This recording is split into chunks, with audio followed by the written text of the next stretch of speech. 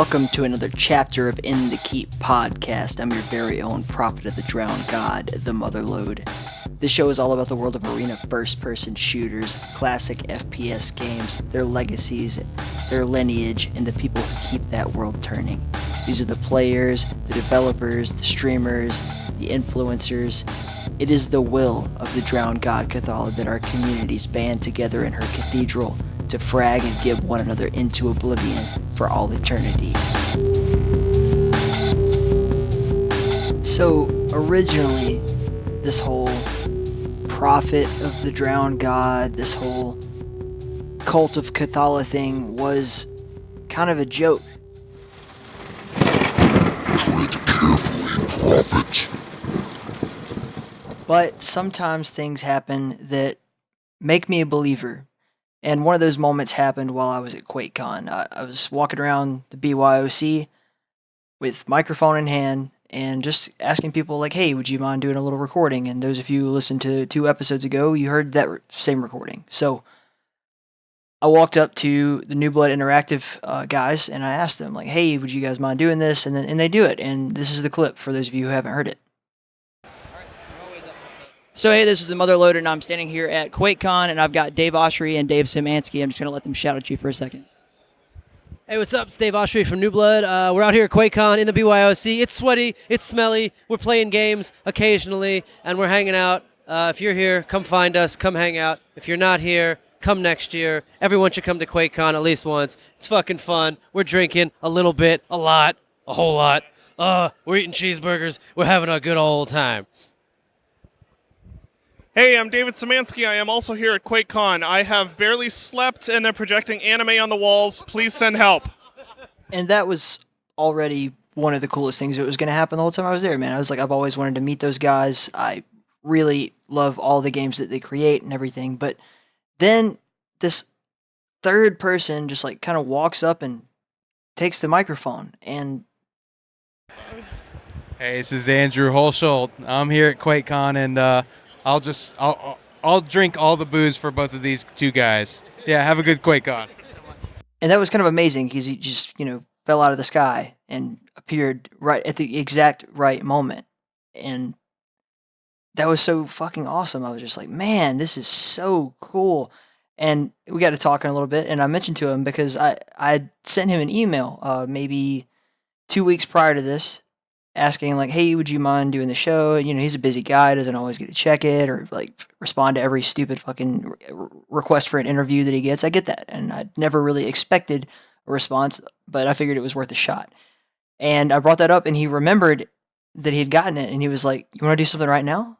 I was like, fuck yeah, I do. So we went straight up to the hotel room and recorded an hour, and it was really, really fun. And I asked all the good questions that I could think of on the spot and everything. And then he left, and I went to lay down to go to bed. Hours and hours later, I laid down to go to bed, and I checked my phone just to see, like, I wonder what on my podcast app. What have I missed out this week? And I shit you not, that day I had just downloaded the new QuakeCast interview with Andrew Hulshult, and I was like, fuck. So I listened to it, and it was really good. It was really, really good. But the issue was that a lot of the same questions like I had asked, and I felt like I don't know what to do with this now. It was like this miracle moment, and I didn't know what to do. And I messaged Dump Truck, and I'm like, you dirty, rotten, filthy, stinking. But no, I was cool about it. I was just like, hey man, I can't wait to hear it and all that kind of stuff. But man, it really did. It kind of like sucked the wind out of me, and I didn't know what to do with that interview. Fast forward, I'm back home, and I had told Andrew I would send it to him so that he could listen to it and make sure he didn't say anything like that he wasn't supposed to, or that he felt like he wanted removed. And he asked me like, hey, the audio isn't the greatest, and we were both, full disclosure, we were both pretty drunk. We'd been drinking all night when we recorded it, and he's like, can we just re-record it? And I was like, yeah, absolutely. So what you're about to hear is the re-recorded much better version of the podcast.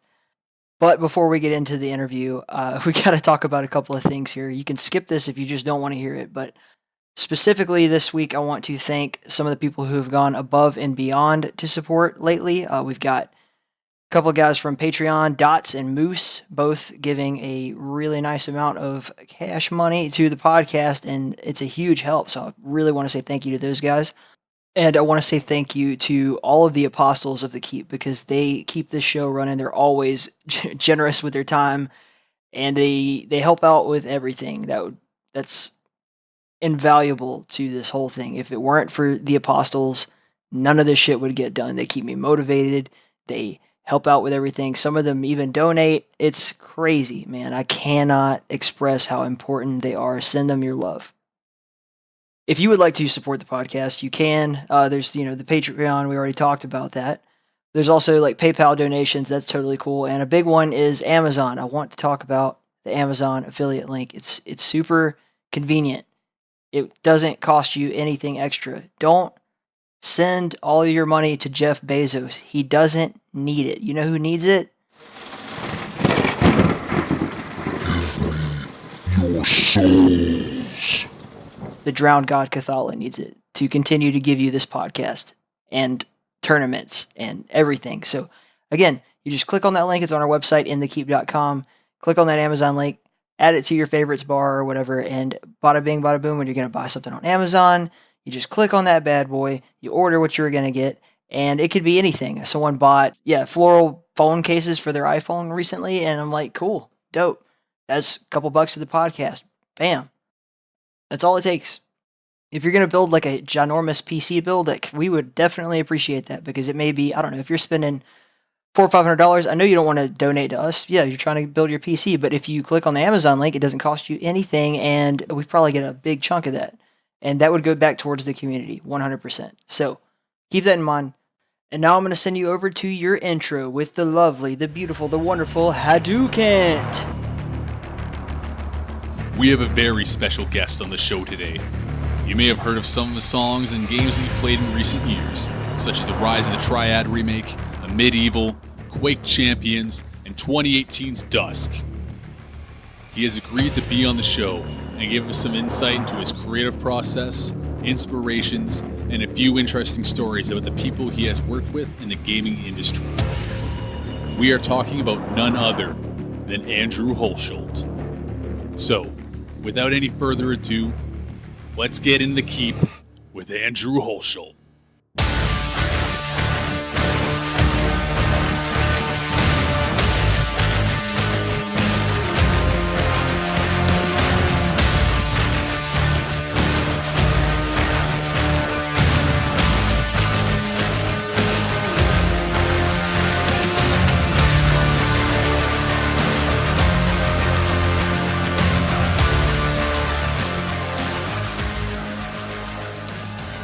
My name is Andrew Hulshult. I am a composer and a sound designer in the game industry, and lightly trying to work my way over to the film industry as well. Andrew, it's great to fucking have you back, quote unquote, on the show. And also, we brought Haducant in with us to do this interview. Well, thank you for bringing me onto the podcast. It's an honor. Yeah, he's been bothering me forever. It's like, if you ever get Andrew Hulshult on the show, you gotta let me be on with you. And I was like, okay, whatever. So it was a joke at first. I kind of just threw it out there. I was like, yeah, just throw me on there. And he's like, okay. And I was like, no, dude, I'm not serious. He's like, no, we'll do it. And I was like, well, fuck yeah. Oh man, you're about to be sorely disappointed. I'm sorry. Oh, I'm kidding. Yeah, so I want to preface this saying that we did do a previous interview like at QuakeCon, but we both had a little too much to drink. And it'll never see the light of day, so... Yeah, it was one too many, and I don't think the sound quality was up as well either, but yeah, it was mostly me slurring my words. Yeah. You guys should release it like an episode of like Drunken History or something. Hey, if I ever get to that point, sure. We'll see when it happens. Yeah, okay. So I just want to get straight into it. You made the soundtrack for, Quake Champions and in arena first-person shooters. We all know that most players who take the game seriously turn the soundtrack off. So I just wanted to kind of get your take on that. Like, how does that make you feel as the artist putting out the game and, hoping that people receive it? No, I mean, like that's totally their call. I'm definitely a person of however you want to play the game is how you want to play the game. My art is there to push the game further. As far as if do you want it more aggressive? Do you want it scarier? What do you want to do? That's why I'm there. That's to create like an ambience that kind of pulls you in, or some action that pulls you in. But I, as a guy who played CS:GO for, I think I have like, it's embarrassing. I can probably pull it up right now, but I think it's like well over, let's see, 1,600 hours. I think no, 1,100 hours in CS:GO. Just Go. I understand turning the music down. I want to be able to hear footsteps. I want to be able to hear movement. It's tactical. It's being able to get in the enemy's head, and it's being able to move when you need to and be quiet and shut the fuck up when you need to as well. So I totally get it, but it's there if you want it, and if you need the extra boost, I'm on the music slider. So I wanted to ask, what was the first video game you ever remember playing at all? Oh my gosh, I've never been asked that. Geez, that's a great question. I think going back and trying to like remember stuff like that is hard. The thing that comes to mind, I don't know if it's the first one, but the first one that comes to mind that I remember is a game on NES that I loved called Maniac Mansion. Oh, that's a classic. Yeah. Like I liked it so much that my dad, whenever we got a compact computer later on, he found it on floppy, and we bought it on floppy as well. I think I still have the big box for that somewhere. That's worth some money. But that was my first game, and I just remember it was so weird.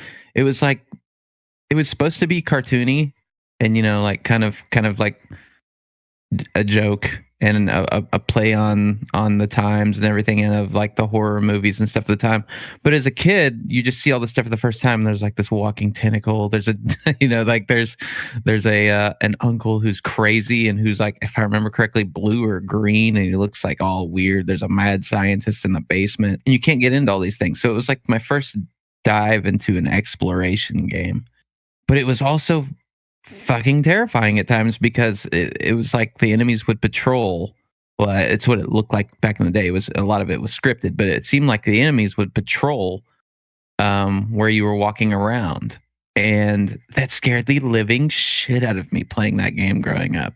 But I was so into it that I wanted to beat it. Me and my brother both.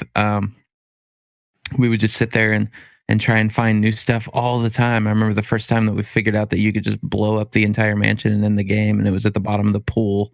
That was the coolest thing ever. I was like, this is so dumb, but it's awesome. Did we win? I don't know, but everything's gone. So do you remember like the soundtrack to that game specifically? Yeah, absolutely. Actually, that's the first thing that pops into my head, because each character had their own soundtrack with that game, and it's amazing. I can remember that right off the bat.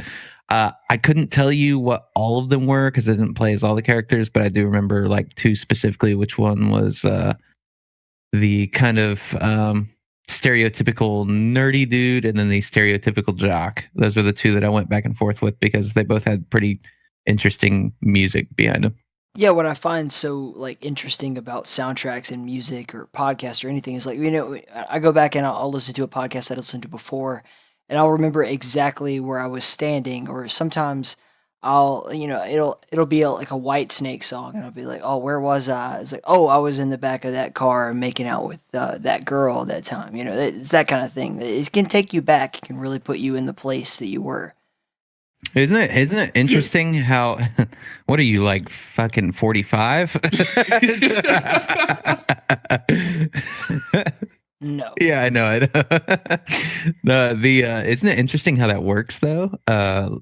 Because the older I get, I used to be like, growing up, I was more into like the thrash metal side of things, and the more aggressive, the better. And if you were a metal band and you wrote, a lighter album, it was like, oh, fuck you, you're pissing on your fans. But pussies. The older I get, the more I'm like, the more dynamics I want, the more I want structure and things that are building to one big kind of story. I think a perfect example is when my girlfriend showed me Wings for Marie Part 2 from Tool and explained to me that was about his mother. And I didn't know that he had wrote a bunch of other songs about his mother. Like Judith was about his mom as well.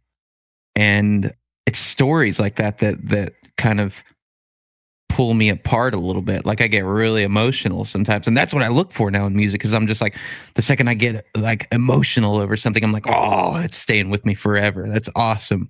Like there's nothing else that can do that. There's no drug that can do that. There's no, yeah, it's a ride. And I like that as I'm getting older, I'm getting more, I guess you could say, I don't want to say spiritual, but I'm more connected to the music that I'm listening to. And I don't know why. Maybe it's because I'm doing it as a profession now, but I'm really looking for those gems for the most part, and I can find them, and it's fucking great. This is the most fun I've ever had listening to music in the last like 3 years of my life is like happening now, you know? Yeah, you get like a really emotional connection to a music, like when you hear a riff, Yeah, it used like, to. oh man. Yeah, and it used to be and everything. Yeah. It used to only be like a rush, like, you know, from like, holy shit, that breakdown's awesome, which I still do. I love that. Like whenever bands can hit that note just right and you give them the face, like you just, you know, ate some sour cottage cheese. You're like, oh, it's heavy. Yeah, you get that James Hetfield, yeah. Yeah, exactly. And like now it's like I look for that sometimes, and I also look for the other thing, and I'm like, oh, cool, I've got this other thing too. So I have two completely different attachments to music, which I'm digging. That's something interesting with you as a musician, because it's like, you know, as you kind of become a musician and you learn how that shit works, you know, you listen to a guitar solo and you're like, oh wow, how did he pull off that scale? Or you listen to a riff or a chord that someone does, and other people, the norm is that people don't really understand that shit. They just hear a song and they're like, oh, it's catchy, or oh, like I really, you know, I'm into this, it's hard, it makes me feel a certain way. But in reality, like you as a musician, or the three of us really, when we hear someone do something particularly amazing, it like we appreciate that on a different level. And I think that's there's something to be said for that. Yeah, yeah.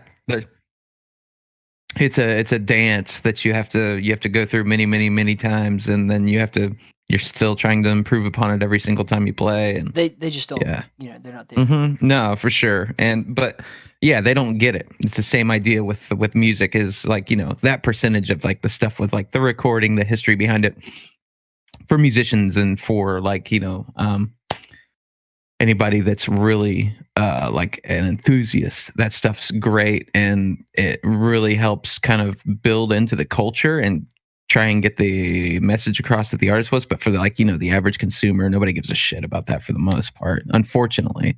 I wish. But the, like, even for me, all I had, like, being able to be told just one thing and have a connection with it, I think speaks volumes on the writing process of the band. And that's like I was just talking about Wings for Marie Part 2 off of 10,000 Days. Surprise, the day after Tool releases their stuff, I'm listening to Tool. Joe Rogan. But on Part 2, I knew I liked that song because she was like, you just need to listen to that. And I listened to it, and then she told me what it was about, and I was like, oh my gosh, I like that song even more. But all she had to do was tell me about that one thing. I didn't need to go into recording, didn't need to go into anything else. That speaks volumes about taking time in the recording process to build something to a perfect segue, to a bridge, to a chorus, not even really a chorus, but just a build to a climax to where it feels like this is perfect, like, and, you know, falling out from it. It speaks volumes, and I'm still trying to do that. Like, it'll be years before I feel like I've done that correctly, even on one song. Even if some people are like, yeah, I really like some of your stuff on a Medieval. I'm like, you know, we're getting there. I think that's an interesting topic, because, like, you know, Maynard records all of his vocals after the band has already made all the music, and it's like he will wait until it's done before he even tries. Yeah, I'm a firm believer in that as well. I used to sing in the band as well. So yeah, Do you want to talk about burying the trend right now? No. Not really. I'll give you this. It was fun. I hope maybe one day we can do like a couple shows together, but yeah, like I'm having way too much fun just writing music myself. Well, if we're talking about Tool, like, you know, they managed to, Maynard is one of the greatest lyricists, I think, of all time, and he managed to take a song about anal fisting and make it a metaphor for something much deeper. So Yeah, they've got way deeper meanings. Yeah, it's a metaphor for something completely different. But for Skin Deep, there's something there that's like kind of a like kind of almost like a joke. It's creative, man. It's creative writing. He's and on one end it's humor, and if you want to dig a little deeper, there's a lot more layers underneath, you know. And you don't have to dig very far. well, it seems like if you listen to the lyrics, they had to dig pretty damn deep to get to where they wanted to go. I know Haducant wanted to ask some questions specifically about the 3D Realms Anthology, and you know what went into that, so I'll let him take over here. Oh, Yeah, okay. that and the Dusk soundtrack in general, or just like any of like the albums that you've done for like 3D Realms or any of those old Apogee games. It sounded like you used either like the original MIDI track or just like the audio file, like on some of the intros to some of the songs. I was wondering if you actually used like either like an old school MIDI interface or something like that to recreate those sounds, or if you just ripped the song itself. Trying to remember. Can you give me a specific? Yeah, like even like a Duke Nukem on the Range or whatever. Right at the very beginning of it, there's it sounds like you just used the original audio file. It had that awesome like a bit. Okay, because it sounded like, because I was like, that sounds like a Sound Blaster card, like straight out of the '90s. Like it just really hit home with that. Even like on the which one was it? The Triad soundtrack. Like because there was some parts where I was like, man, he's either using a really old school MIDI synthesizer or he's just, because you really nailed that old school sound with your new guitar like parts as well. There was actually only one part of that entire soundtrack that used the old MIDI wavetable. Everything else was modern instruments. It was the elevator thing. All I did was take the original MIDI file and just run it through a new wavetable. I think it was the Windows wavetable. Yeah, I've done that too. Like you can just pop it into something like GarageBand, and there you go. You get yourself you get yourself your own. You just throw in different instruments. Like I made a cover, guys. Yeah, but like no shit, right? The 3D Realms Anthology has a little bit of that going on from time to time. I think Duke has that, and I'm trying to remember if anything else has that, because most of the time it's a complete rebuild. Like I look at it kind of almost in the way that you rebuild like the engine from a car, you know. Yeah. You want to put brand new parts with everything. Whenever you have something that's like that kind of looked at and sought after from those fans, like I'd like for the parts to be the same, but I want them to be new parts. Yeah. It looks like a Bronco. Exactly. Gosh, I'm trying to think if there's another example of Shadow Warrior. The Shadow Warrior theme I was thinking of. The intro you did to that sound like you used like the exact same sounds from the game, just upscaled, so to speak. No, that's all remade.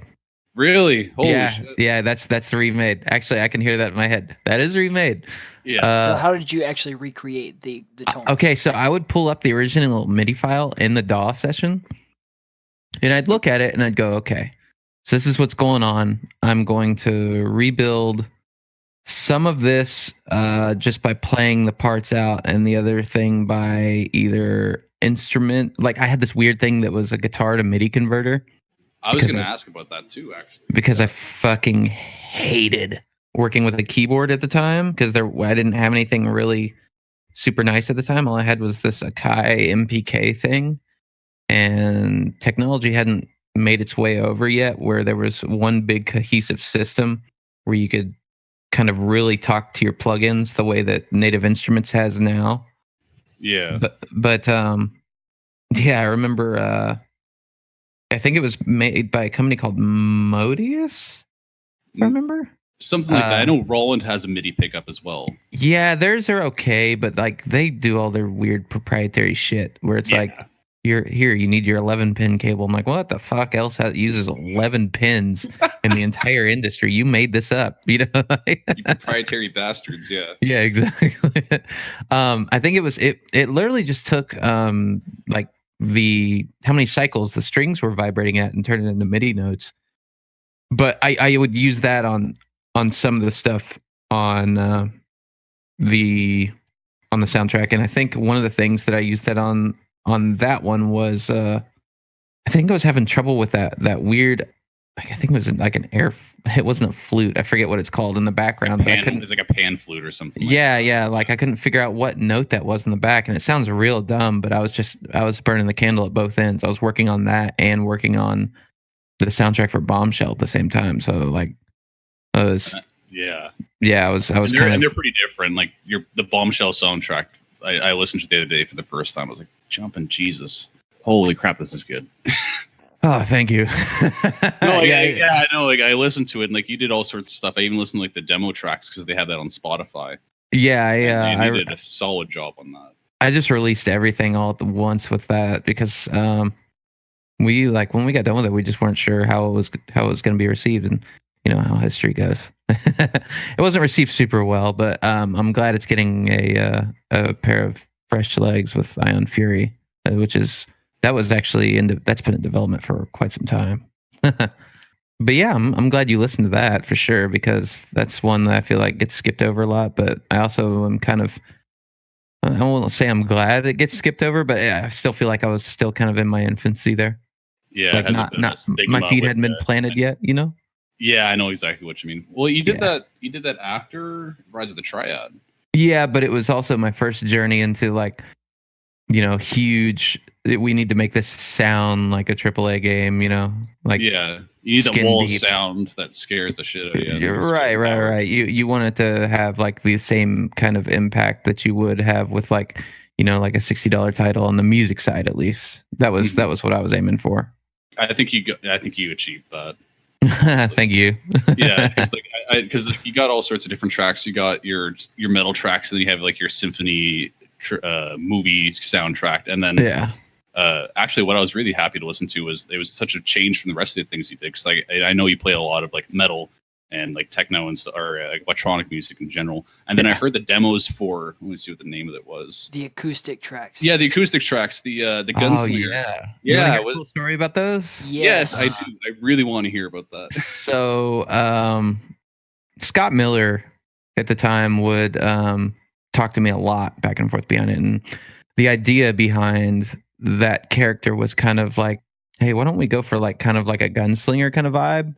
And I couldn't tell you what the PR idea was behind the entire thing, but you know, I can get behind it because there wasn't anything really going on with Western at the time, and it was just creating a vibe. That's all. And I was like, okay, cool. And I was like, yeah, she's by herself. She's got a freaking gun for an arm, and you know, all this other stuff. And he gave me a lot of really good ideas and really good inspiration for it.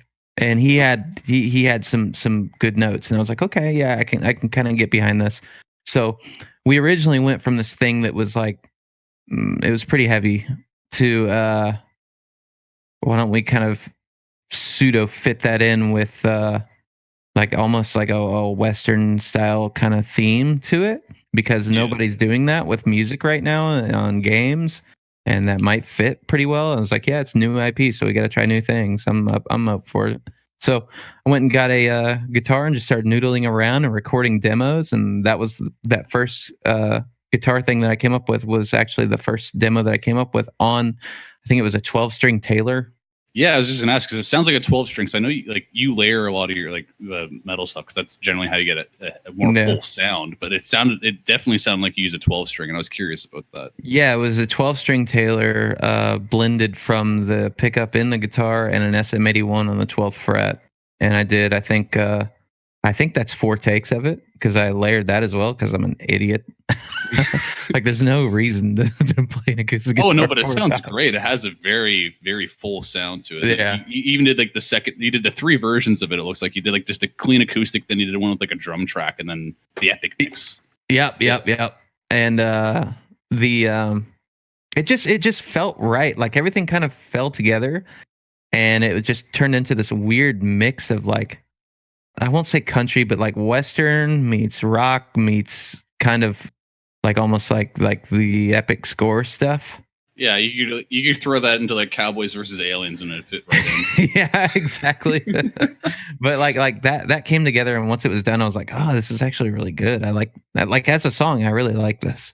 I wish it would have caught on a little more, but Dan Bull did a rap over it. That was interesting. I was like, what in the world is this? But like he did a really good job, and we talked quite a bit after he finished that. He was wanting to do some stuff with Doom at the time, but I think that was right around the time 2016 was coming out, and I was like, I think he had a bunch of personal stuff going on that he wanted to take care of. Like I think he had a kid on the way, so he was like, nah, we'll figure something out down the road. I was like, okay, cool, good luck to you. But yeah, like Scott was he was pretty pivotal in that. Like me and him texted a whole lot on that until we got it, and it was funny because once it was just one of those moments where once I got the first part down, I started writing everything else. So once I got that first acoustic demo down, everything else just fell into place, and I literally just started writing for like 2 or 3 days. And like a couple days after that, all I did was just send it over to Scott, and I was like, I think this is the one, and he's just totally agreed. He was like, yeah, that's it. It's like perfect.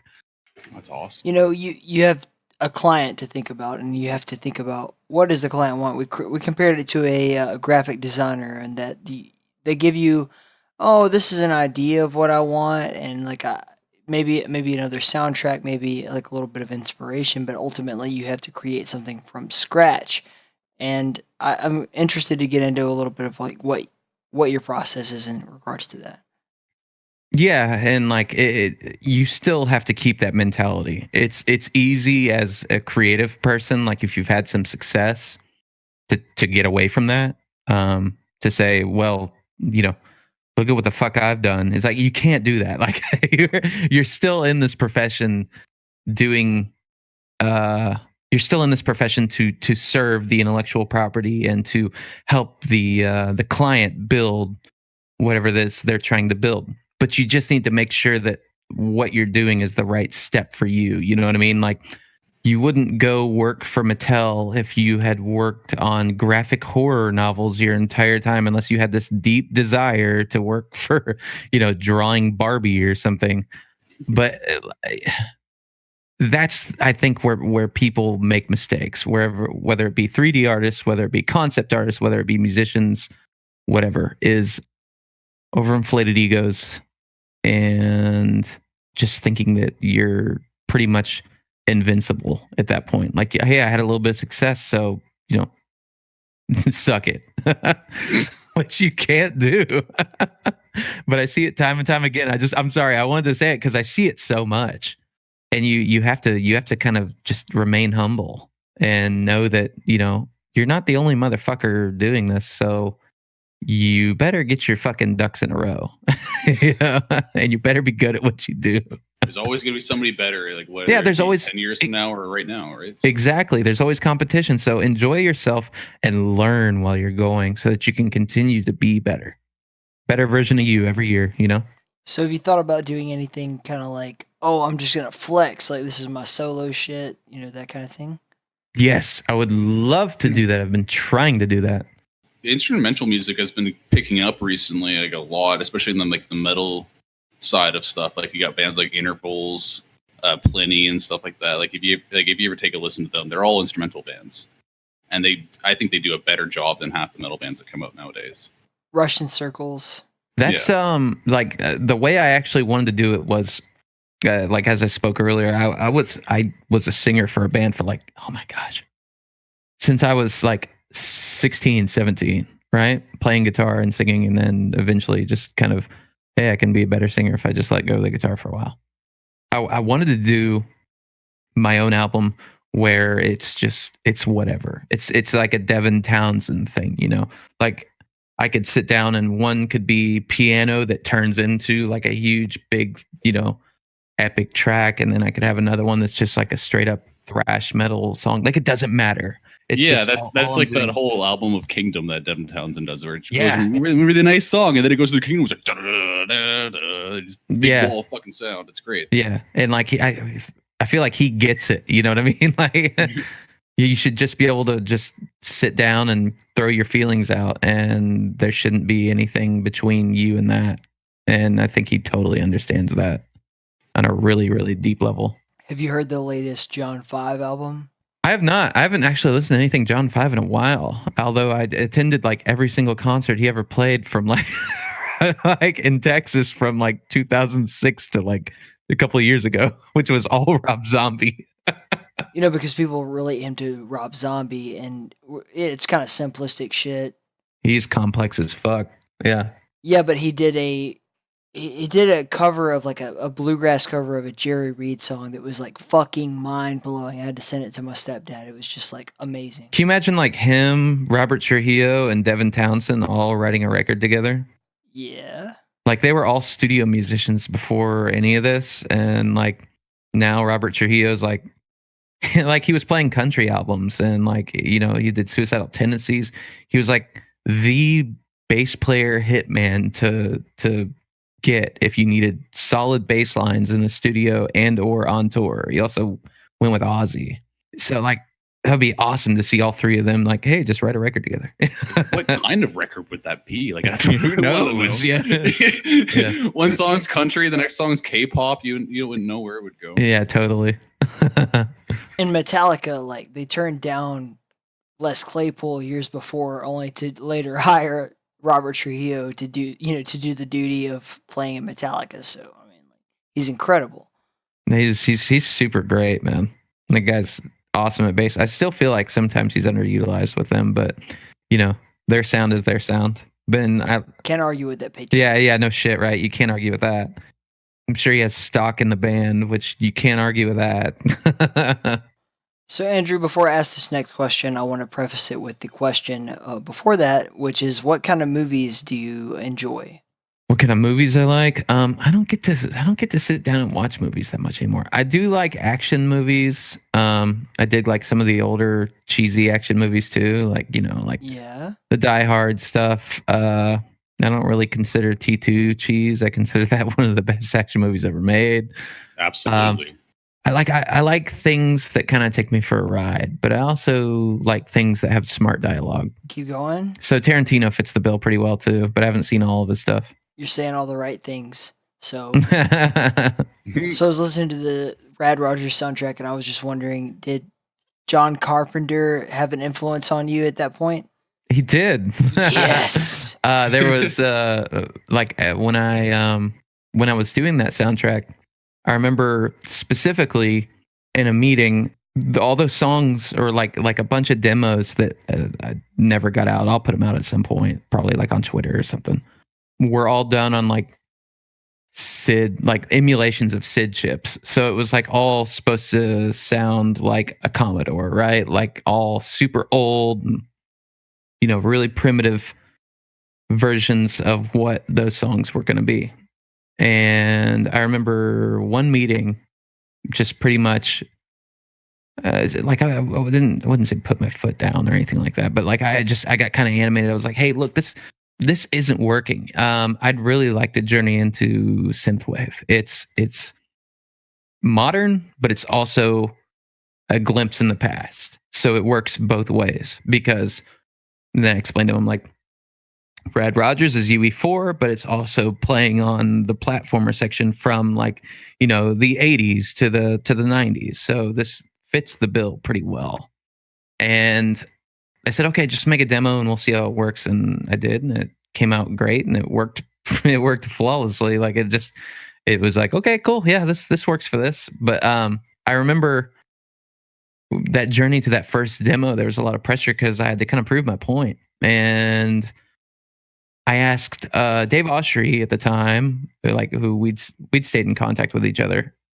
Hey, you listen to a ton of synthwave. Can you send me some references? Because I'm about to make a synthwave soundtrack, I believe. And he's like, okay. And so he sends me like, I think the first thing he sent me was Carpenter.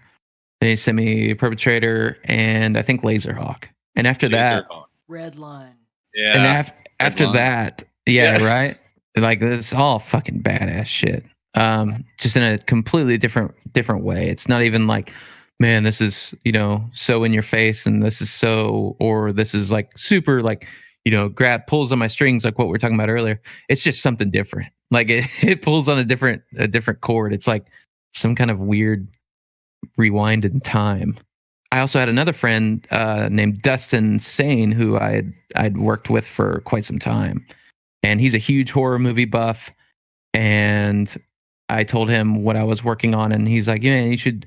The Carpenter stuff's really making a rise back. You should really go back and check out some of that old work. And so I did, and I totally remember skimming over a ton of his stuff. I say skimming, going over a ton of his stuff, and just taking all that into the little funnel. Like when I'm kind of dedicated to a soundtrack, I'll listen to everything that's associated with that soundtrack and just let my head process it for a few weeks and then start writing on it. And that's what came out. So you had a little bit of Carpenter, you had a little bit of other people from that genre, you had a little bit of John Carpenter, Carpenter Brute, and John Carpenter. Sorry, I should distinguish these two. And they all just kind of meshed together. Like it's a little bit of rock in there. It's a little bit of a good time. It's also a little dark at times. It's also a little weird at times, and it works. Yeah, I've been listening to that soundtrack over and over and over again over the past couple of days. What's your favorite track? Man, I don't fucking know. I don't memorize track names all the time. Yeah, me either. It's okay. Me either. No, like seriously, when I listen to music, I usually I'm doing shit, so I don't look at them. Yeah. 600. The only one I can remember that's burned into my head. It's hard for me to remember song titles, honestly. Like because once it's out the door, it's like I feel like it almost is. It's not even mine anymore. Like it's for the public to judge. But once it's out the door, there's a few that'll stick with me. The one that stuck with me the most off that soundtrack was 666 megahertz. Like that was. I had just listened to Turbo Killer, and I was like, "Oh my god, that fucking sound of that synth is amazing." So I wanted something really aggressive, and that was what I got. So, Andrew, I do want to turn it over to Haducant for a bit because I know he wanted to ask explicitly about what your rig is like. Yeah, a little bit. Yeah, no, because I definitely I know you have, from what I understand, you have quite a few guitars. I was wondering what kind of guitars you had because I'm a big gear guy myself. Well, not too big, but I got 3 guitars. Man, I need to get a hold of Schecter and just be like, hey, can I get an endorsement? Like I was talking to them at one point, but just communication just got cut off or something. I don't know. I've always been really iffy with Schecters myself. I've always found you have to try it in person because they all kind of play differently. Yeah, they will. And honestly, a lot of that I feel like depends on the part of the country that you're in as well, because humidity is a big part of that, and where they ship and how long they sit on a truck. Because they're going to be set up whenever they get to California, but after that, it's like good luck, like on the truck, wherever else it's going. If it's going somewhere super cold, it's going to flex again. If it goes somewhere within the same, 15 to 20 degrees, maybe, I think it'll sit okay. So I think I get lucky there, like going from California to Texas, where Texas is still pretty hot. We still are, kind of humid at times as well. It's not dry all the time. So I think they arrive pretty good. But yeah, I've got 1, 2, 3, 4, 5. I got 5 guitars right now. Well, okay, 4 guitars and a bass. I used to have 7, or no, I had 8, but I was like, I'm not doing anything with these things. So later, I think it was an Ibanez and Ibanez. That's my jam. Yeah, I like them, but for whatever reason, Ibanez necks. I love those Wizard necks, but man, I think it's Texas, dude. I really do. Those necks just flex in the state, I feel like, because they're so thin. Yeah, they're very thin. I have a 7-string, and the neck's pretty thin on that. I was surprised how thin it was. Today 7321. What are those? Which 7-string is it? Oh, it's the RGA 7. It's just okay. Lower end models, but it was they're mid range. It was 700 Canadian, which is I don't know how much American. Yeah, that's they did a model that was like that. It was like a 73 something, like 5 years back that I had. That's what I was wondering.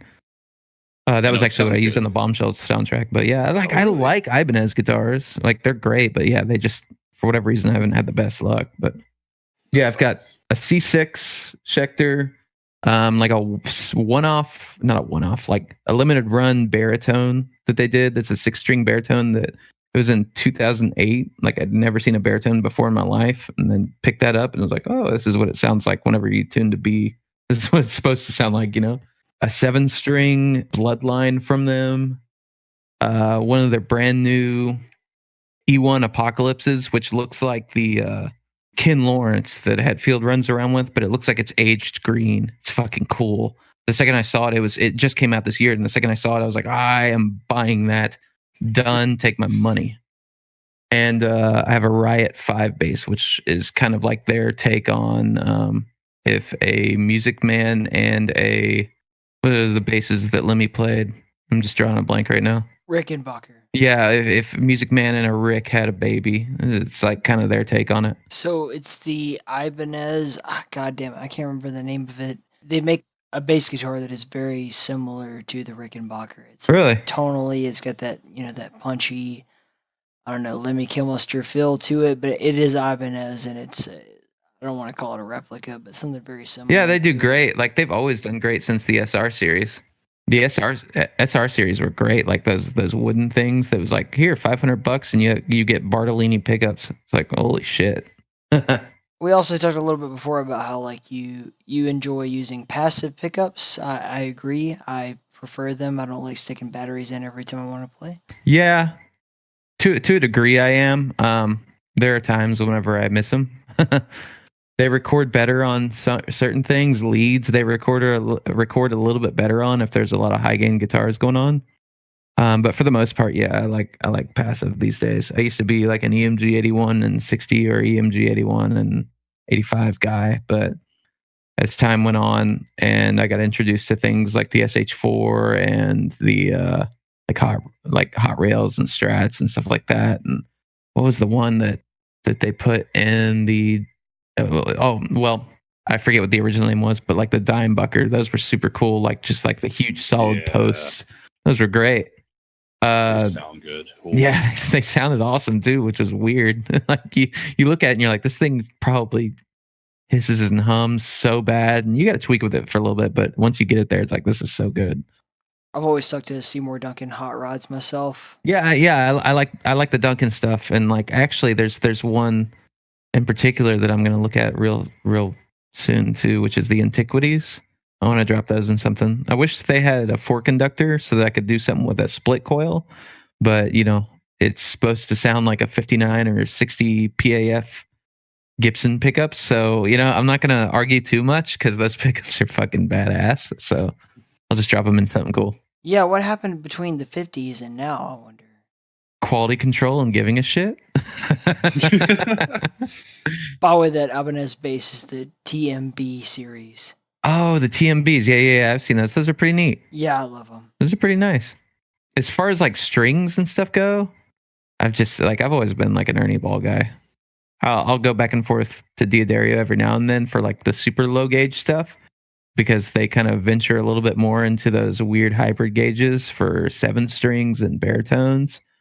But for like 10 to 46 and 10 to 52 and 9 to 42s or 9 to 46s, I'll almost always go get Ernie Balls, but I'll go get not the regular Slinkies. What do you call those? It's the ones in the black package now.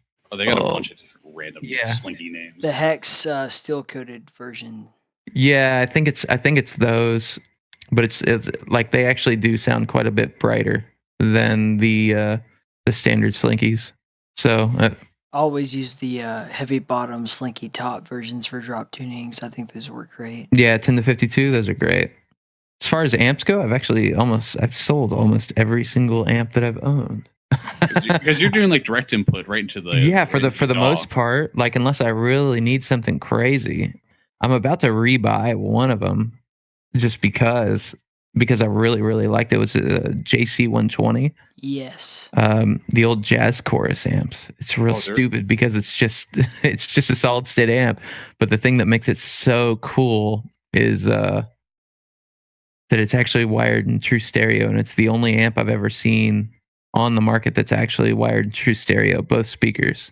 So if you front load the amp, which has 2 inputs with something like a stereo delay, it actually runs in stereo, and like the stereo chorus that's built onto the amp is actually in stereo. So the second that you turn on that chorus on the front of the amp, it just fills the room. Like, it's nuts. I've never heard anything like it. It's so I'd love cool to hear that. Mm-hmm. And it's Well, crazy it's coming actually, from a solid state too, because like you'd expect something like that from a tube. yeah. Well, you know the like the old not Fade to Black, but what am I thinking of? Sanitarium off of Master Puppets. Oh yeah, and stuff like nice that. clean tone you got. Yeah. It is so funny you bring that up. Yeah. Oh yeah, no, I was just playing that before we were on here. That. I was saying how the Limp Bizkit version was the best version. It's a pretty good version. I'm not gonna lie.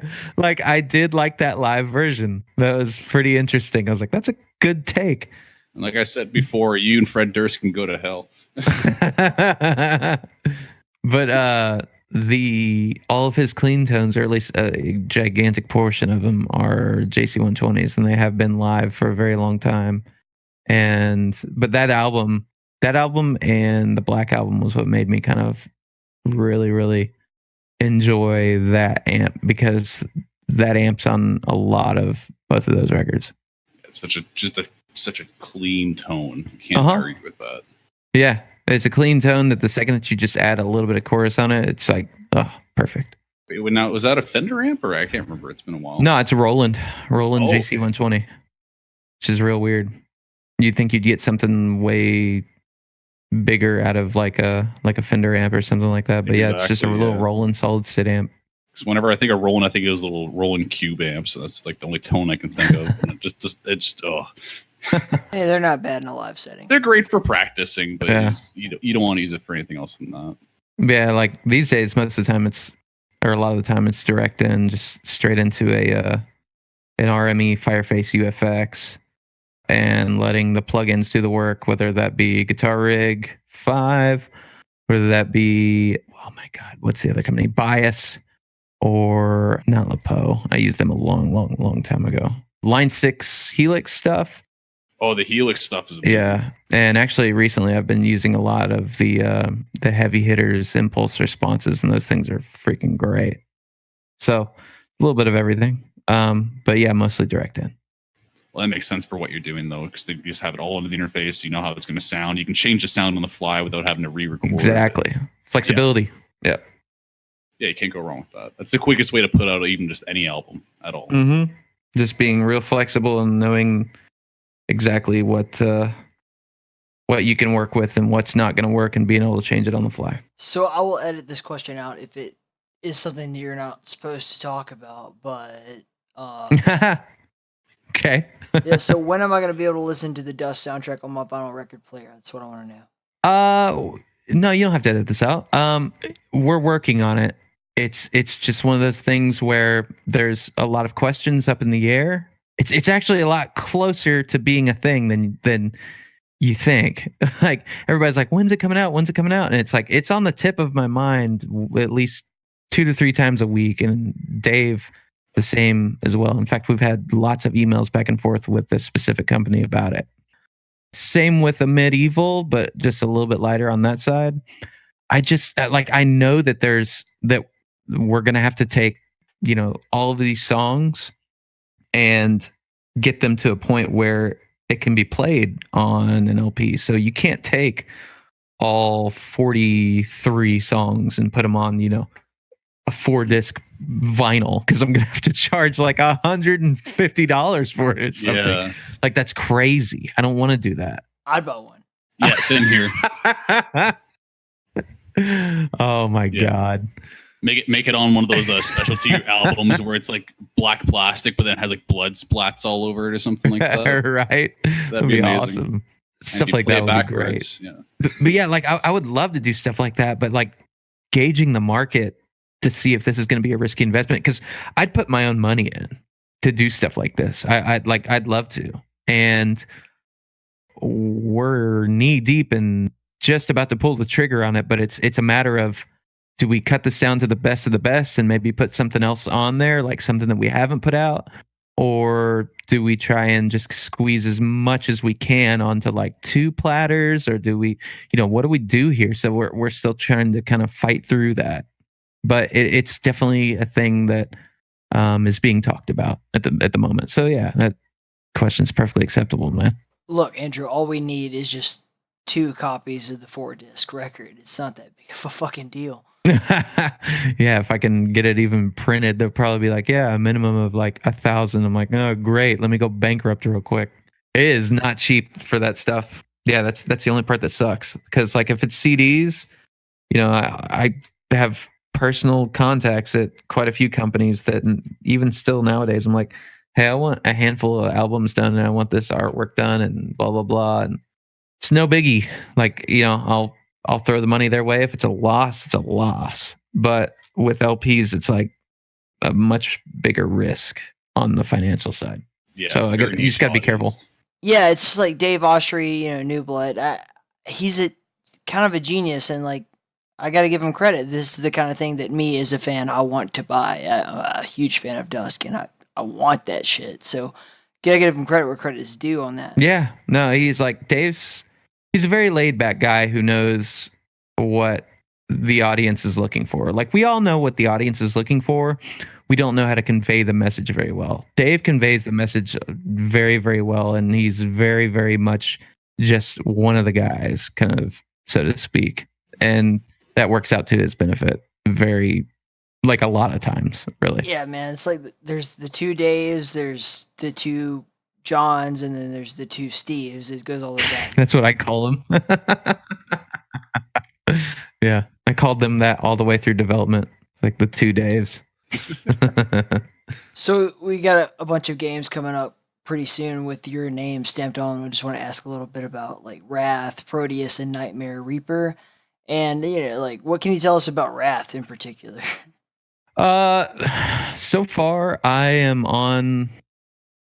done a handful of tracks for Wrath that are it's mostly more about kind of pulling like dark ambient feelings out of you more than anything else, and textures, because you know they kind of want to keep that in the vein of the source material for that game, on obviously on the engine that it's in, you know.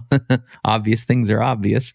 That I've gotten that work done. I'm still waiting on a second round of work from them or for them, but I'm just kind of playing the waiting game at the moment.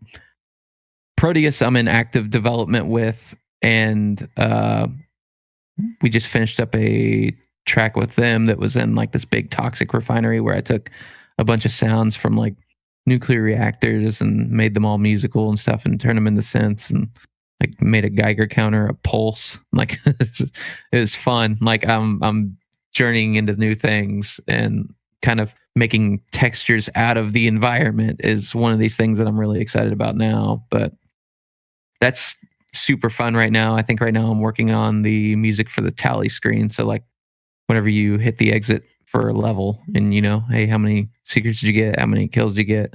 And right now it's got like a super sick bass line. Like I'm just jamming out on. I got to do a couple different versions of it depending on how well you did.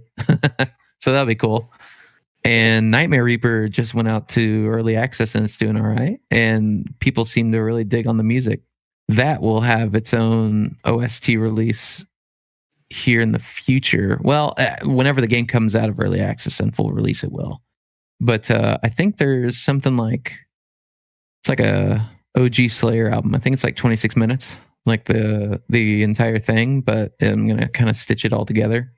It was a lot of let's do this level, let's do this level, let's do this level, and at the very end, I was like, I need to tie these together somehow. So like in a few months, I'll go back and start tying everything together and making something really cool and that works in terms of, hey, I want to listen to this on the way to work, or maybe I want to listen to this while I'm just sitting at home, or maybe I want to listen to this at work, you know, something that you can sit down and listen to. So we talked a little bit about this before with Quake Champions, in that, you know, there are different ways that the soundtrack plays in regards to how you're doing or what's going on in the game. And yeah. So Nightmare Reaper, it's randomly generated game, and you know, roguelike or whatever. So I'm just curious, is that going to be randomly generated? I don't think so. I think I could be wrong.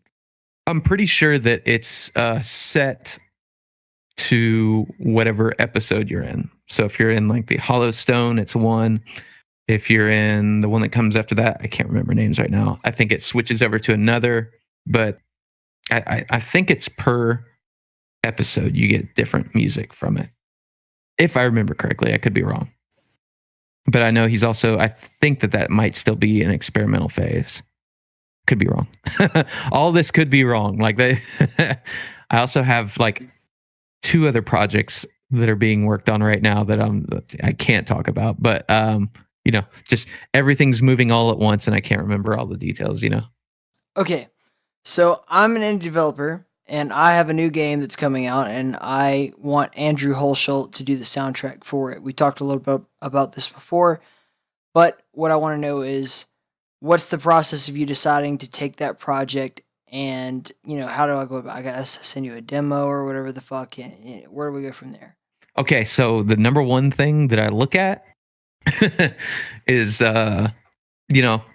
first, how are you presenting the game to me? Like, the first thing I'm going to look at is the first few lines or the first few sentences you send me. If it's, totally, totally immature, which I've gotten, I'm probably not going to respond. I can't tell you what that email is, but it was fucking awful. But okay, so let's say that you send me the build of a working build of a platformer or something, right? I'm going to fire it up. I'm going to give it a run. I'm probably first going to sign your NDA. If it's shit, probably not interested. And when I say is it shit, I don't mean in terms of your game fucking sucks. I mean, I'm not digging your game personally. If it has tons of weird feature creep stuff going on, there's just things that I look for in games that I like. That if I like your game, I want to work with you. If I don't like your game, I'm gonna tell you why I don't want to work with you. Like I don't. The biggest point being, I don't want you to walk away without having some kind of useful information from interacting with me. I want you to be able to say, I learned something, even if we're not hiring this guy, he gave us useful information so that maybe whenever you are ready or you do want to come back, you'll remember that I didn't sit there and straight up bold-faced lie to your fucking face, So that's important. Being honest with people is important to me whenever it comes to this, because developers take huge fucking financial risks. And if I had, $10, $20, $30,000 of my own money sunk into a game that I was building, I'd want to know the truth. And the truth is that sometimes these guys don't want to know the truth. And that's what blows my fucking mind every now and then, is whenever you tell somebody, or I'm not the biggest fan of this and I don't feel like this works, and they get really offended. And all I can think is, either A, this is your first title that you've worked on, which that's fine. Everybody needs to go through the, somebody doesn't like your game phase. Or B, they're just too narrow-sighted. Because every developer that almost every developer I've ever worked with has been ready to accept bad results. And that sounds bad, but I'm ready to accept that people do not like this idea, and I'm ready to change it. That's also one of the reasons why I feel like I'm not speaking for them, but this is my perception, why I feel like games like Dusk and Medieval work. Because whenever we put it in early access, there were certain things that people did not enjoy.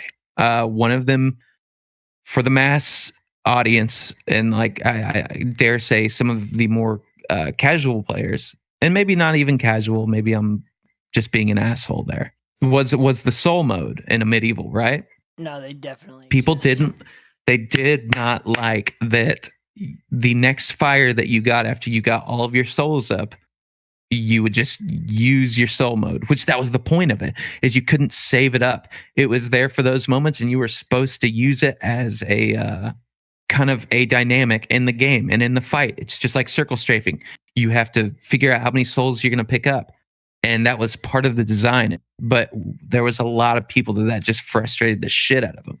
And we looked at that and I was like, oh, this is such a beating. But they understood it. And they said, you know what? if this is how they feel, we can totally take a look at this. And they did, and they fixed it, and it's completely optional now. And that's right at the beginning of what you were saying about soundtracks of this interview with how do you feel about people turning your music down in like, competitive environments. I feel like options are good. Giving people more options and giving gamers more options is a fundamental thing that I feel like needs to happen more and more and more, especially with AAA. Indies get it. I feel like indies more than anybody else get it. And AAA is still like catching on to this. I feel like the real first place that you saw it in the last few years where you're just like, these are the options I want, was Doom 2016 with all the graphical settings and giving you the option between Vulkan and OpenGL and hey, we even have our own statistics, like over here on the right, how many statistics do you want? You want to see how hard your cores are working, stuff like that. And sorry, I'm getting a little off topic, but to go back to what you were originally talking about, if your game's great, I want to work with you. It all starts there. It starts with your executable that you hand me. And if you're not an asshole, that's what it comes down to. If you're not an asshole, if you have a good executable and it has a vision, even if it's not completely fleshed out, there's a vision there and there's an end game there. And of course, like, I got to eat if the money's there. If all three of those things are there, we're good. I feel like I will work with you to make your intellectual property better so that it will sell. I'm trying to do that right now with Nightmare Reaper more than anything else, because Bruno is a step out from most of my inner circle of people that I've worked with for years. And he reached out to me and I've talked with him so many times on different features where I'm like, I like this. Take my advice with a grain of salt, but I like this. I don't like this. And I'll sit through with them on the development process and give them feedback. And, all I want is for your game to succeed so that ultimately those people playing the game can maybe go buy my soundtrack. It's mutually beneficial. So yeah, I'll sit through an entire development cycle almost every single time, at least passively. And, tap you on the shoulder once a week, twice a week, be like, hey, I know I'm done with my work, but how's everything going? That kind of stuff. So yeah, that's an extremely long answer to your question. No, that's totally okay, man. Like, we're here to hear your perspective, not mine. So you answer it however you want to. We talked a little bit before about how, like, if you put your name on something, if a game comes out and it says the review, say it's Civi11 or whatever, and they say Andrew Hulshult did the soundtrack to this game, that pretty much means it's a great game, and you've done an excellent job of kind of like selecting your projects in that regard. Like, if your name's on it, I'm pretty much gonna buy it. Like, that's pretty much all there is to it. Like, it just means it's good. Yeah. Oh yeah. Yeah, exactly. Yeah, no, like when I found out that the Quake, when you did the Quake Champions soundtrack, you could actually choose which version of the soundtrack you wanted to listen to. I switched it over to yours right away because I'm like, this is the most kick-ass soundtrack out of all. It fucking blows my mind that my name is a thing that you can turn on or off in a Quake game. Like, it's Chris Renner and me, and I'm like, oh, every time I see it, I'm like, what the fuck? Like, what alternate reality is this? It's the good one. Yeah. No, but that's awesome. Like, I try not to pay attention to stuff like that. Just because I know people who have, like what you were talking about, where it's like, I buy games based on the fact that you worked on them. Like, that's amazing. I'm incredibly grateful for it. But there's also that portion of my mind that, like, it completely erases that the second you tell me that, because I'm like, no, we just keep your eye on the ball. Do not let this affect your ego. No, we've already talked about games that, maybe aren't the best technical games, but because your name is on them, even if they didn't sell, like, I'm still going to at least listen to the soundtrack because, again, your name is on it. Yeah, that was exactly the case with Bombshell with me. I was like, I'm never going to play that freaking game, but I love the soundtrack. I'll put that on when I'm at work or something like that. Oh, man. Yeah, like, that one didn't do super well. We all wished it would have, but, hey, struggles happen. It's still a playable game, still a good game, but, That's for the audience to decide, right? Just like the music. You obviously have a big influence from video game soundtracks. Like, what are some like original like OSTs or like songs or albums in general that really influenced you with like some of the creations of like your game soundtracks? There's definitely some influence from like Fear Factory, like a little bit of Megadeth. I found like for some of the riffs. Yeah. Like whether it's some songs and albums and OSTs that have inspired you to do certain soundtracks or just music in general. Okay. I'll run down kind of a short list with it. Hans Zimmer's work on the Inception soundtrack, I feel like is really, really good. I know it's stereotypical. No, it influenced so many movie trailers and soundtracks, right? Yeah, so it did something right. Yeah, for sure. But it's not just that. It's like the whole dream falling apart thing. That tune, like the cellos moving is awesome. I love that. Anyways, Hans Zimmer's work as a whole is a big influence. I really like his stuff on the symphony side because I feel like it almost is the symphonic version of rock and roll. I don't know how to explain that. It's really cool. I mean, obviously, Master Puppet still makes its way in all the time. So. As well, it It's should. a pretty dynamic album. It is, and it's dynamic in like all the right ways. Korn Issues. I feel like that's one of my favorite albums ever. Even though it all sounds like it was done in like one room, it's like one of the weirdest. Everything just comes together albums I've ever heard from a metal band, and it's also really dark. Devil Driver, Pray for Villains, or Beast.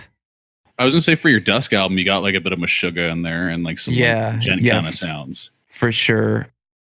Like any of the first 2 or 3 Meshuggah records, and like the stuff they do now is great too. Like obviously the production is modeled after that. Yeah. 9 Inch Nails is a given. Their entire discography. That whole thing. I just feel like if you mash it together, I'm not such a big fan of the newer stuff. I will say that. I kind of dig on the older stuff, but I do feel like if I go back in a couple of years and revisit the stuff that he's done in the last few years, I might find something I like. It's just going to take time. Oh, you will. Satellite? Come on. Oh, I love Satellite. No. That's fine. I'm talking about like the last 2 albums he's done. Yeah. Like Satellite's a great record. I'm sorry, not a great record. Great song. Yeah. There's actually quite a few songs on that record. That was which one was that? That's the red one. Hesitation Marks. Yeah, Hesitation Marks. That's right. There's quite a few good songs on there. A Perfect Circle, Mare de Nom specifically.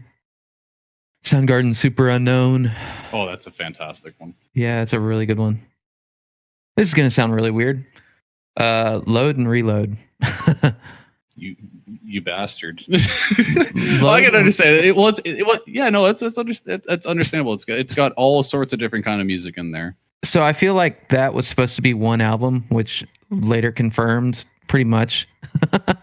It was like supposed to be one album. You could take songs from both of those albums and make one really good record. I'm still a big fan of that. But all the stuff in between was the stuff that really intrigued me. Fixer is one of my favorites because it's just like there's a huge build and it's real weird, and then it pulls you down. There's another huge build. Outlaw Torn's a really good one. Bleeding Me, The House That Jack Built. Those records stuck with me because you can definitely hear that. Fuck, they're fighting through some problems, like real big problems on those records, and they won't come right out and say it, but I'm pretty sure it was pills, alcohol, and just abusing the ever living shit out of their body while trying to stay on tour.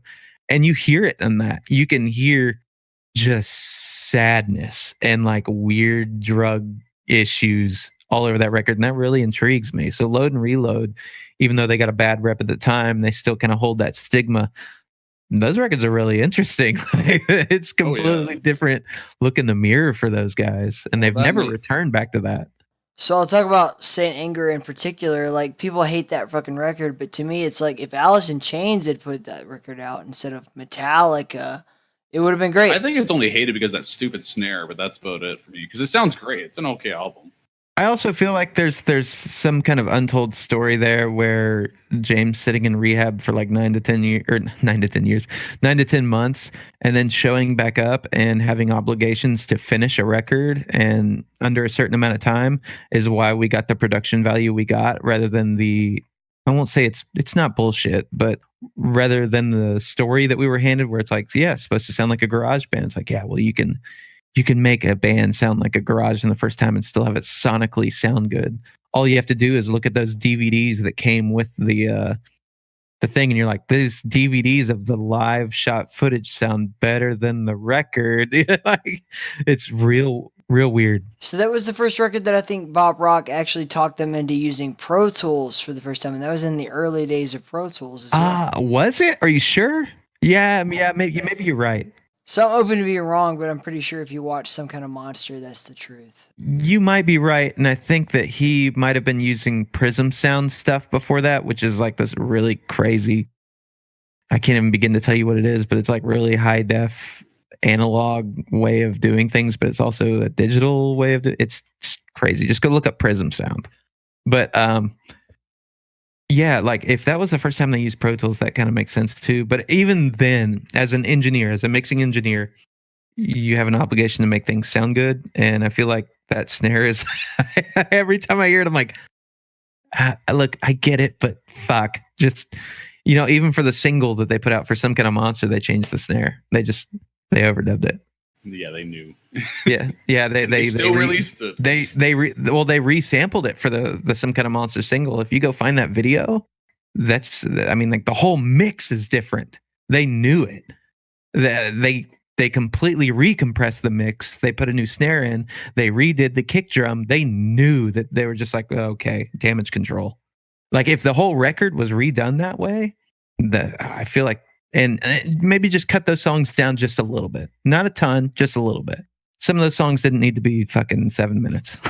Trying to go back to their Injustice for All days. Yeah, and it's like 5 minutes. Yeah, and I feel like those guys need to sit in the studio longer to write songs like that. But there's definitely some good ones on there. Like I feel like the Unnamed Feeling, the acoustic version of that they play at Bridge School benefits every now and then that you hear. That's fucking awesome. Or no, is it the Unnamed Feeling? No, it's not the Unnamed Feeling. It's All Within My Hands. So they do an acoustic version of All Within My Hands that is just fucking crazy. I wish they would re-record that song. I'm gonna have to see if I can find that on YouTube. Yeah, you have I'm super curious now. Yeah, it's really cool. I'm like, oh my god, this is nothing like the record. And I feel like if you guys actually plugged in your guitars and redid this rather than just the acoustic of this, it would be really something. They just need to do like an MTV Unplugged album is what they need to do. Oh, they already did that. It was bad. Oh, was it? Oh, jeez. Didn't want to say anything. I didn't know. I was just throwing it out there. Nobody needs to hear Low Man's lyric ever again. Anyways, yeah, those are the records that I can think of off the top of my head without like diving into the obvious ones. Also, like the Rolling Stones and stuff like that. I don't think that's obvious. I wouldn't have suspected Rolling Stones. Holy moly. Yeah, I like some of the old Stone stuff. Like, I can't think of the fucking album off the top of my head. The one that has. If you name the song, you can probably name the album. I'm just having trouble remembering many albums today. Like, I feel like this guy is a fucking imposter. There's like 20 albums, so like. Yeah. Just the bass line to Miss You, like. Yeah. It's so fucking perfect. I don't even know what album is on. It just hits me so great every time I hear it. Sorry for asking the most difficult question you've had. No, you're good. This is all good. Andrew, one game soundtrack that's just like inspired you to do this. One game soundtrack? Or several, I don't care. That's hard. It's either Doom or Duke 3D. Yep, okay, good answer. Because listening to those, I couldn't. At the time, I was young, and I couldn't understand why everything was these weird synthesizers. Like you didn't know that there's a lot going on behind the scenes, and we can't cram an album in here. And I wanted to make what those were emulating at the time. Well, you did. Yeah, exactly. Like I went on to do IDKFA and the Rise of the Triad stuff, which lightly touched on some of the ideas that Lee Jackson had for some of that, and then revised some of them as well. But yeah, That's exactly what I did when I grew up. I'm not grown up yet, though. I'm not an adult. I'm a kid. Yeah, exactly. I'll never grow up, dude. Fucking don't. Like, please. Never freaking grow up. Yeah, no. Haducant, any closing thoughts? Anything you wanted to ask? Kinda. It was more about the Dusk soundtrack. Like I just loved how you did so many different kind of like you did everything from just your straight up chugging heavy metal all the way to actually one of the songs that really sticks out on that soundtrack is Skinwalker. That one, yeah, that song it just starts off with all this ambience and also just stops and then just these straight up just chords, just with this amazing almost like like that part from Rage Against the Machine's Wake Up, I think, where it's just a constantly strumming note in the background. Like I just love how much red that brings. Yeah. Like I just picture this Goliath monster about to crush you, and you're just like shit. And then there's a kick-ass soundtrack in the background. Skinwalker's my baby. That is when I knew I was in the right headspace to do everything else. That was recorded all one take, just layered on top of each other and run through some low pass filters made by Moog and some trickery, but it's made to emulate some of those really grimy guitars from the era from some industrial bands. But the writing, the way that writing built is how I want to emulate lots of things going forward. I really, really like the way that came out. I wish I could go back and mix a couple things a little differently about it, but who doesn't whenever they're done? Exactly. But I still feel like that came out just more than perfect than how I could do it even if I tried again today. Yeah, like the atmosphere it brings. Like I like even just think about it right now. I got the little goosebumps going. Like there's a couple of songs in your soundtrack that are like that. That and like Herber's Reactor. Just I love that. Yeah, just how low you get those tones and they just come through just so. I can't. Yeah, exactly. It's so big, and it just you can just feel like the strings slapping like against metal. Like it's. I don't know how else to describe it. It's just so. Real quick, Skinwalker. Yeah. I haven't told anybody this. This has like always been the thing with Skinwalker because like exclusive. So Skinwalker is that song plays the first time that you have that encounter with the Wendigo, and that's Skinwalker is like kind of I can't remember if it's a pseudonym for a Wendigo or if it's like an alternate name or if they're two completely different things, but they share some likeness in that lore.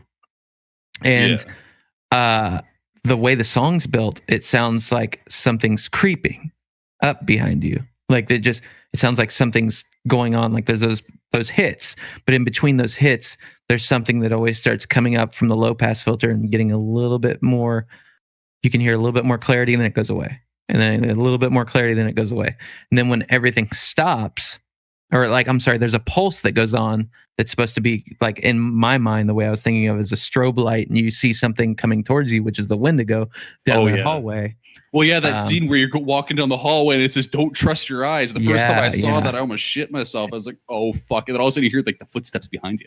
I originally wanted. I think, man, I remember it. I don't know if David will. Where I mentioned that I was like, "Hey, you remember those like strobe lights in E1M2 and Doom? Whenever you go through all the tech wall stuff." He's like, it goes pitch black and then you see for a second. Yeah. I was like, you should totally put something like that in here. But I think we didn't do it because we wanted to. Or he didn't want to do it because it was like there was a bunch of fog there. I remember that conversation. At least I think I do. I'm pretty sure that I had this conversation.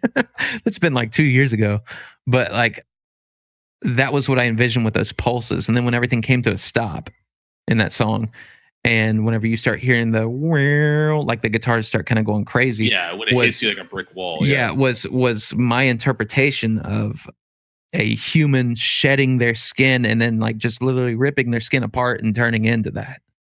So like that song has like there's a whole thing in it, and you can hear it probably if you go back. Like it's it just gets more and more gruesome. Once you know that story now, like, yeah, it's like that was the whole idea with it, because I was like, oh my god, that gives it such a creepy vibe. Holy Yep. No, I can't wait to get Szymanski on the show and talk about Algernon Blackwood and Lovecraft and all that shit, man. You like really right? No, you really opened up a door here. Like, it's a journey I'm going on in my head. Haducant, any closing final questions? Anything else you want to throw in there? No, I think that's just about it. I can't think of anything else. I've pretty much asked all the questions I wanted to, especially with like the hardware and that song in particular, because that song just sticks out to me so much. It's awesome. Yeah. Oh, I'm glad I had you here, man. Oh, thank you. Andrew, any final thoughts for you? Go buy Dusk and a Medieval. I know I did.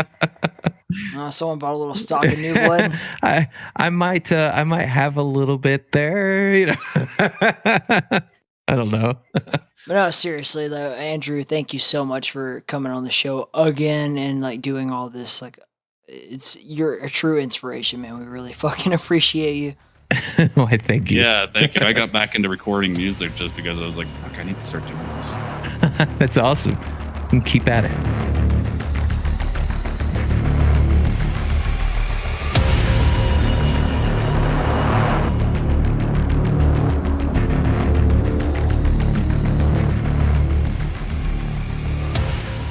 All right, I know that was a long one, but just a couple of things before I let you guys get the hell out of here. First of all, State of Quake, go check them out. If you like Quake Champions, you'll like State of Quake. All the good shit going on in there, man. Cash prizes for their big-ass tournaments. You'll love it.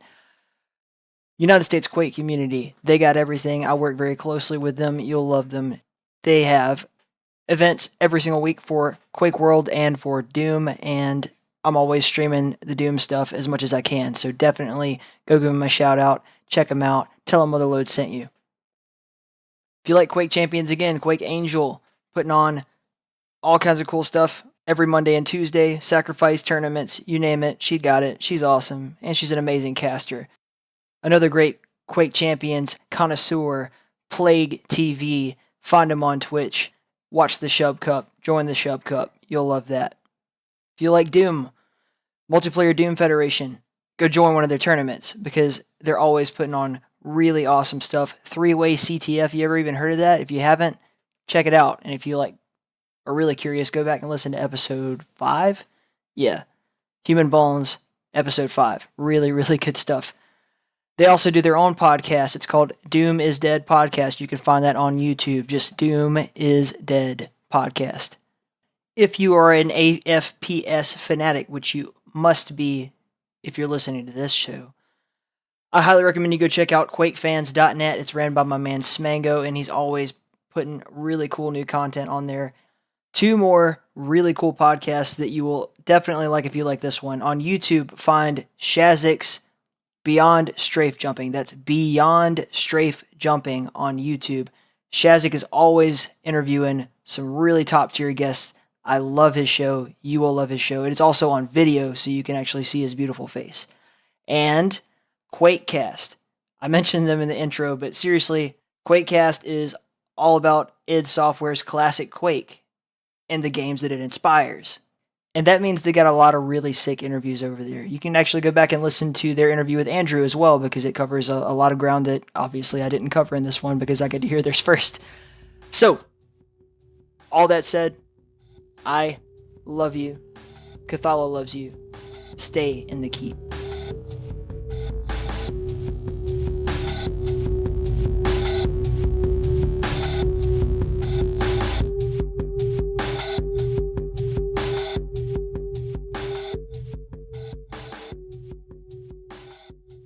It's time to kick bubblegum and chew ass. And Andrew Hulshult is all out of ass.